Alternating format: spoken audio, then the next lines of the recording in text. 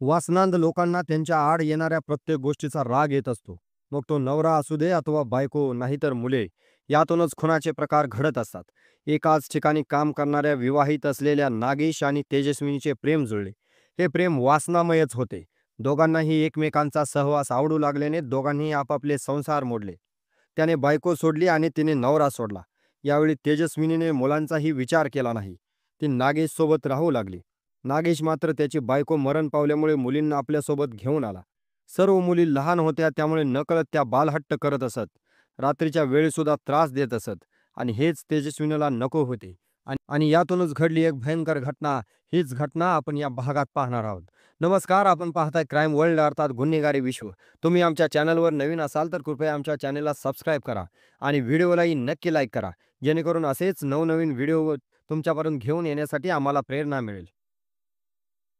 शुक्रवार दिनांक 1 ऑगस्ट 2025 रोजी सकाळचे 11 वाजले होते. मोहोळ पोलीस ठाण्यात वर्दळ होती. पोलीस निरीक्षक हेमंत शेडगे कामात मग्न होते. याच दरम्यान महिला पोलीस कर्मचारी अश्विनी घोलप यांचा मोबाईल वाजू लागला. त्यांनी तो उचलताच पलीकडून बोलणारी व्यक्ती म्हणाली, "मॅडम, वडवळ येथून बिरदेव खरात बोलतोय." "बोला," असे पोलीस कर्मचारी अश्विनी घोलप म्हणताच तो माणूस सांगू लागला, "वडवळ बस स्टॉप जवळ एक घर आहे. या घराच्या पायरीवर बराच वेळ अशा 2 मुली रडत आहेत. तरी आपण यावे. काहीतरी अघटित घडल्याशिवाय पोलीस ठाण्यात मुली रडत आहेत असे कोणी सांगणार." म्हणून कॉन्स्टेबल अश्विनी घोलप यांनी हेड कॉन्स्टेबल यांना सोबत घेऊन ते दोघेजण घटनास्थळी गेले. पोलीस येत असलेले पाहून बिरदेव खरात पुढे आले आणि त्यांनी 2 लहान मुली रडत होत्या ते घर दाखवले. कॉन्स्टेबल अश्विनी घोलप या 2 मुलींजवळ आल्या आणि त्या दोघींना विश्वासात घेऊन, "तुम्ही का रडत आहात? तुमची नावे काय?" असे विचारले असता त्या दोघींनी आपले नावे पूजा आणि निशा ही काल्पनिक नावे असून अशी सांगितली. "हो का? पण तुम्ही का रडता?" तेव्हा त्या मुली म्हणाल्या, "आमच्या मम्मीने लहान बहिणीला दवाखान्यात नेले. त्यावेळी अश्विनी घोलप यांना निशा नावाच्या मुलीच्या अंगावर जखमा दिसून आल्या. गंभीर स्वरूपाच्या त्या जखमा होत्या. म्हणून त्यांनी त्याबाबत विचारले असता निशा काही बोलू लागली नाही. ती हुंदके देऊ लागली. तेव्हा पूजा नामक मुलीने सांगितले की ती जेवण करत नाही, शाळेत जात नाही, म्हणून मम्मीने तिला चटके दिले आहेत." ते ऐकून त्या दोघांना धक्काच बसला. एक आई असे कसे वागू शकते, नेमकं काय चालू आहे याची माहिती घेण्यासाठी त्यांनी तेथे उभ्या असलेल्या लोकांना याबाबत विचारले. तेव्हा लोकांनी सांगितले की 15 दिवसांपूर्वी नागेश कोकणे याने हे घर भाड्याने घेऊन तो या ठिकाणी पत्नी आणि 3 मुलींना घेऊन राहण्यास आला आहे. मात्र अनेक वेळा घरातून मुलीच्या रडण्याचा आवाज येतो. त्या मुलींनीही आपली आई सावत्र आई असल्याचे सांगितल्याने पोलिसांनाही शंका आली की ही सावत्र आई या मुलींचा नक्की जाच करत असेल. म्हणून त्यांनी आजूबाजूला चौकशी करून नागेश कोकणेचा मोबाईल नंबर मिळवला. त्याला पोलीस बोलतोय असे सांगून, "तू कुठे आहेस?" असे विचारले. तेव्हा त्याने सांगितले की माझी मुलगी किती आजारी आहे, तिला घेऊन मोहोळ शासकीय रुग्णालयात आलो आहे. तेव्हा पोलीस हेड कॉन्स्टेबल पवार आणि कॉन्स्टेबल अश्विनी घोलप यांनी पूजा आणि निशा आपल्या सोबत घेतले आणि ते दोघे मोहोळ शासकीय रुग्णालयात आले. पोलिसांनी जखमी निशाला डॉक्टरांजवळ नेले आणि हिला तपासा असे सांगितले. त्यावेळी एके ठिकाणी पूजा थांबली. डॉक्टर निशाची तपासणी करू लागले. काही वेळात निशा पप्पा म्हणून हाका मारू लागली. पोलिसांनी त्या दिशेने पाहिले असता समोर एक व्यक्ती आणि महिला हातात बाळ घेऊन उभे होते. पोलीस पूजाला घेऊन त्यांच्याकडे गेले.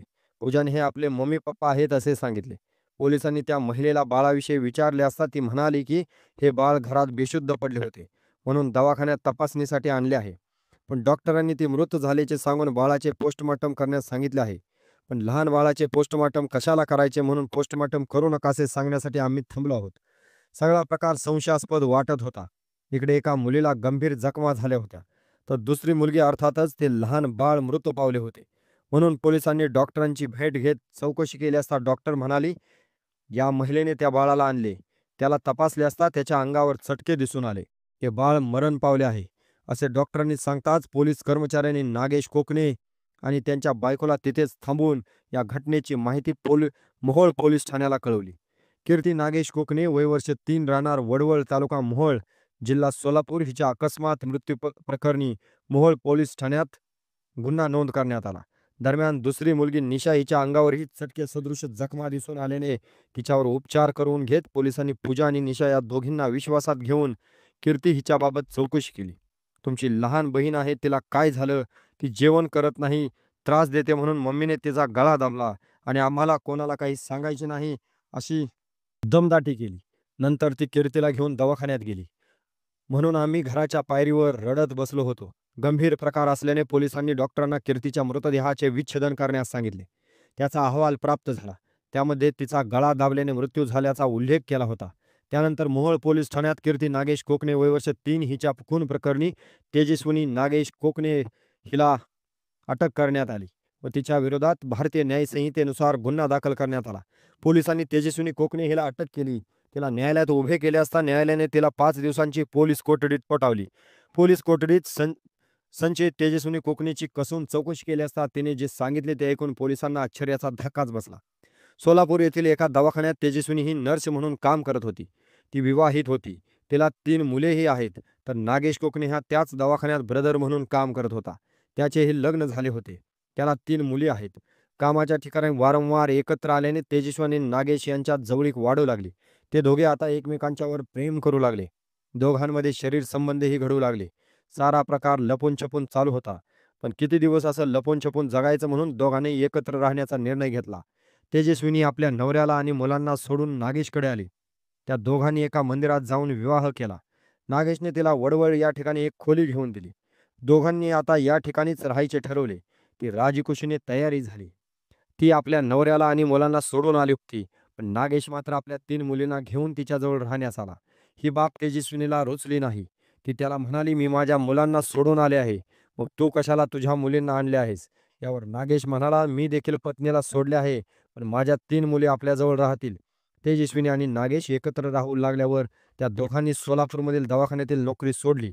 नागेश आता एका खताच्या दुकानात काम करू लागला. त्या 3 मुलींना सांभाळण्याची जबाबदारी तेजस्विनीवर पडली. त्या 3 मुली लहान असल्याने आपल्या बाललीलाप्रमाणे तेजस्विनीजवळ हट्ट करू लागल्या. नीट जेवण करत नव्हत्या, शाळेला जात नव्हत्या. या बाबी तिला त्रासदायक वाटू लागल्या. ज्यासाठी तेजस्विनी नागेश एकत्र आले होते ते शरीरसुखी नीट मिळेनासे झाले. यामुळे तेजस्विनीची जास्त चिडचिड होऊ लागली. या मुलींनी आपल्या आईकडे जावे म्हणून आता तेजस्विनी त्या मुलींना मारहाण करू लागली. त्यांना चटकेही देऊ लागली. पण त्याचा काही उपयोग झाला नाही. नागेश कोकणे हा आपल्या मुलींना सोडायला तयार नव्हता. तेजस्विनी या मुलींकडे चांगली त्रस्त झाली होती. आपण चांगला संसार सोडला, नवऱ्याला मुलांना सोडले. आता तिला पश्चाताप होऊ लागला. शुक्रवार दिनांक 1 ऑगस्ट 2025 रोजी सकाळी 3 वर्षाची मुलगी कीर्ती ही रडू लागली. तेजस्विनी आधीच वैतागली होती. त्यात ती रडू लागल्याने ती चिडली आणि तिने तिचा गळा दाबून खून केला. ही घटना पूजा आणि निशाने पाहिली होती. म्हणून त्यांना तिने दम दिला. कोणाला सांगाल तर बघा. त्यानंतर तिने कीर्तीला उचलले आणि ती बेशुद्ध पडली असा बनाव करून शासकीय रुग्णालयात आली. नागेश कोकणे यालाही बोलावून घेतले. इकडे पूजा आणि निशा या दोघे आपल्या दारात येऊन रडत बसल्या. त्यांच्या रडण्याच्या आवाजाने परिसरातील लोकांनी चौकशी केली. तेव्हा त्या बोलू शकल्या नाहीत. पण आपल्या आईने लहान बहिणीला दवाखान्यात नेलंय असे त्यांनी सांगितले. त्या मुलींच्या अंगावरच्या जखमा पाहून लोकांना शंकाही आली होती. म्हणून त्यांनी पोलीस ठाण्यात याबाबत कळवले आणि एका सावत्राईचा क्रूर प्रकार समोर आला. वासनेपायी संसार मोडून पोराबाळांना सोडून सुख मिळवण्यासाठी आलेल्या तेजस्विनीला हा संसारही टिकवता आला नाही. तो केवळ वासनेपोटीच. वासनांधतेने कळस केला आणि तिच्या हातून खून झाला. या प्रकरणाचा तपास आता पोलीस करत आहेत. मित्रांनो, कोणत्याही अनैतिक संबंधातून वासनेसाठी निर्माण केलेल्या नात्याचा शेवट हा खुनाने, घटस्फोटाने अशाच प्रकारे होतो आणि दोन्ही संसार उद्ध्वस्त होतात. केवळ शरीराच्या क्षणिक सुखासाठी महिला व पुरुष आपले संसार उद्ध्वस्त करतात आणि त्यातून घडतो गुन्हा. या घटनेबद्दल तुम्हाला काय वाटतं ते आम्हाला कमेंटमध्ये नक्की कळवा. आणि अशाच नवनवीन घटना ऐकण्यासाठी तुम्ही आमच्या चॅनेलला नक्की सबस्क्राईब करा. पुन्हा भेटू अशाच एका नवीन घटनेसह.